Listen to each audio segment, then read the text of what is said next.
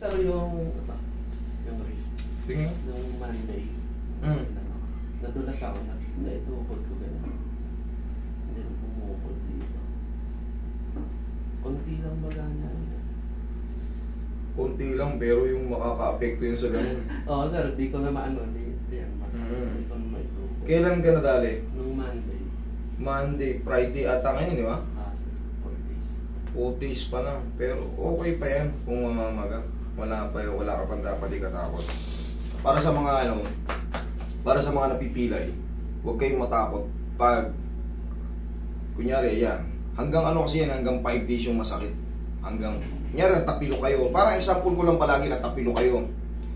Yung kinabukasan, hindi nyo maitapak yan. Sobrang sakit niya. Hanggang 5 araw. Ganun ang ano yan. Dito naman sa kamay, parang natapilo ko siya, natukod niya. Wala namang fracture dito, wala akong fracture na nakikita. Pero syempre kasi, punong-puno ng ligaments na nakakapit yan dito. Ayan o, pakita ko sa inyo yung kamay. Ayan o, punong-puno ng mga ligaments yan.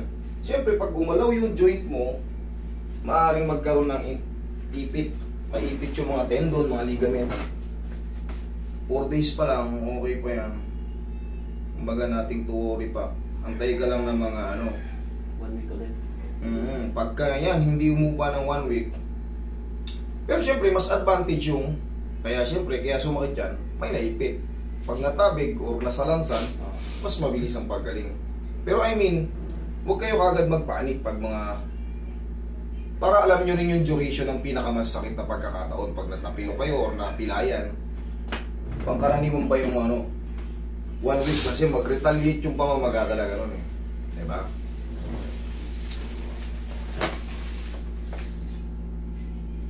Tingnan ko kayo sa kabila. Ayan o, hindi pang karaniwan to. Ito may bukol. Yan, ito may bukol. Pero kukunti lang idol. O. Wala to, nayanig lang to. Nabibirip ko na nga, master. Oo. Kaso may kirot. May kirot. Unti-unti na yan. Sabi ko sa'yo, wala kang dapat ikatakot. Ayan, marami kasi yung buto yan. Maaaring itong gumalaw. Itong malapit sa ano. Ito yung lalaki. Ito, ang sumasakit sa'yo, hindi ito banda. Itong pagitan. Ayan.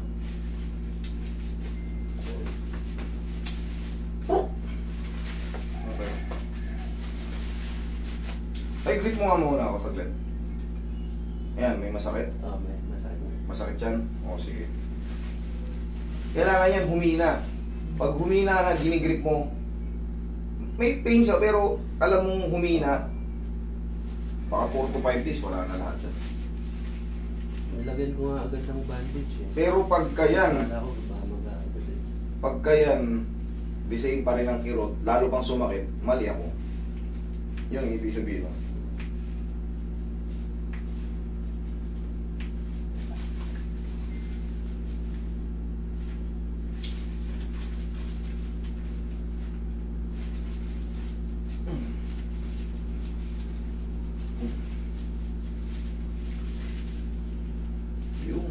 Pwede yung bawoy. Sa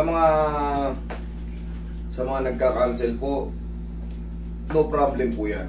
Mag-update lang po kayo. Sa mga na-cancel ko at nagka-cancel ng book nila kasi paha talaga sa inyo, sa lugar nyo, hindi kayo lalo sa mga taga Bulacan, taga Valenzuela, Pangasinan, Cavite.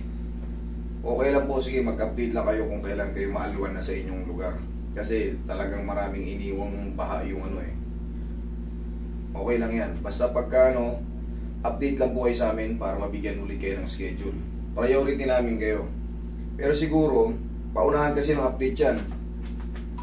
Pag na-update kayo ngayon, kung napuno na, maaaring kinabukasan na kayo.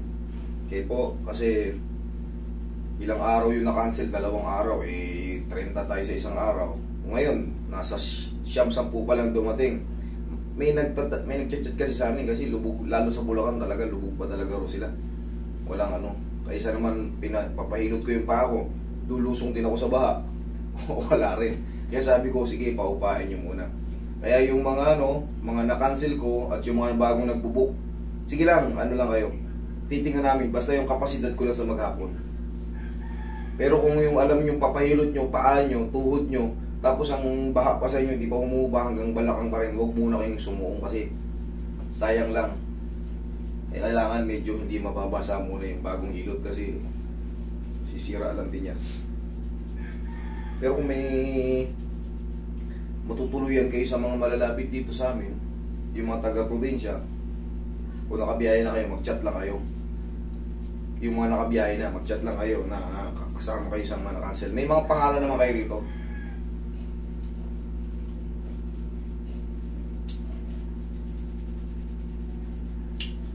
Saan pwede ba i-reset ko na rin? Dito na lang din naman ako.